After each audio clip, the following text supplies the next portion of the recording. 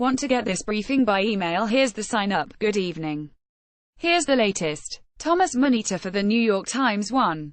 To pause and look back is a revelation.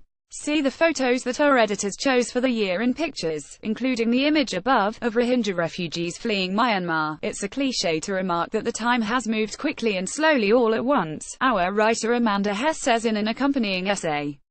But one of the dark powers of our devices is to bend time, to suck us into the screen and spit us out seemingly months later. To study these photos is to be perpetually surprised at everything that happened this year. Blank. Doug Mills, The New York Times. 2. Congress passed the $1.5 trillion tax cut, the House for the second time in 2 days, after a procedural snag.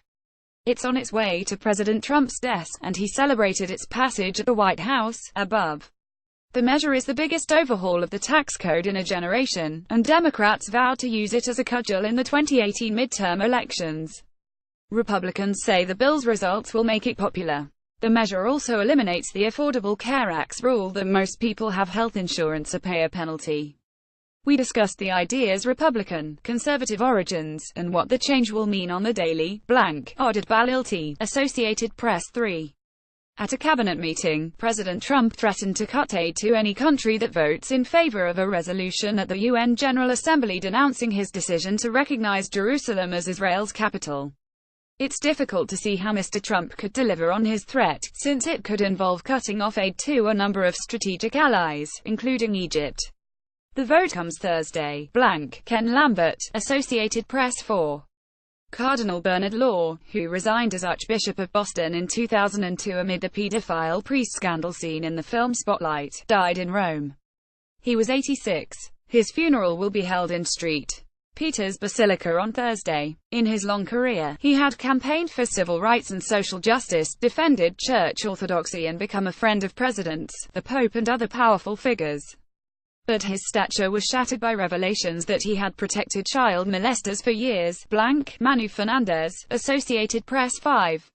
The European Union's highest court declared that Uber is a transportation business, not just a tech platform that connects drivers with riders. Above. An anti-Uber protest in Spain.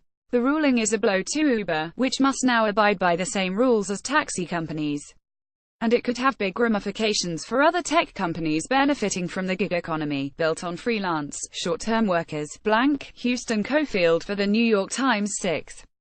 The season of giving has also become a time for stealing other people's gifts.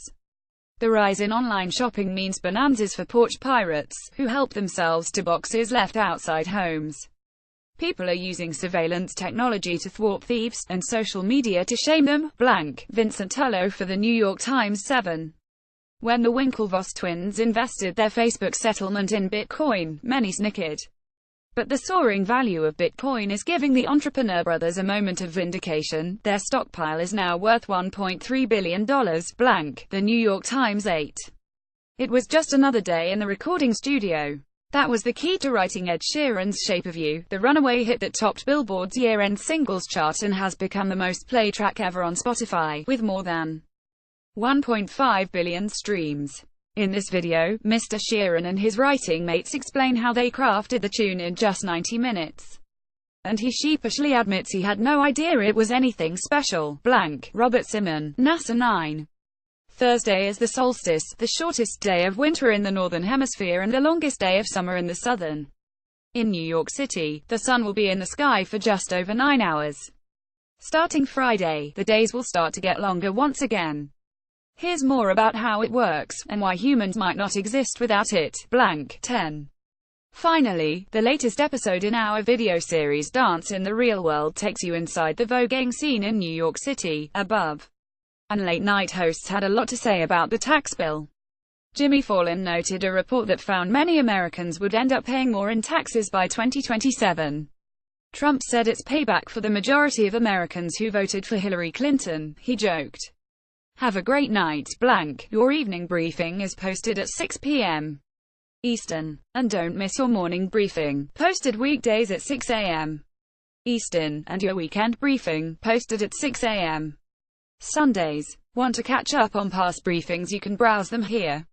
If photographs appear out of order, please download the updated New York Times app from iTunes or Google Play.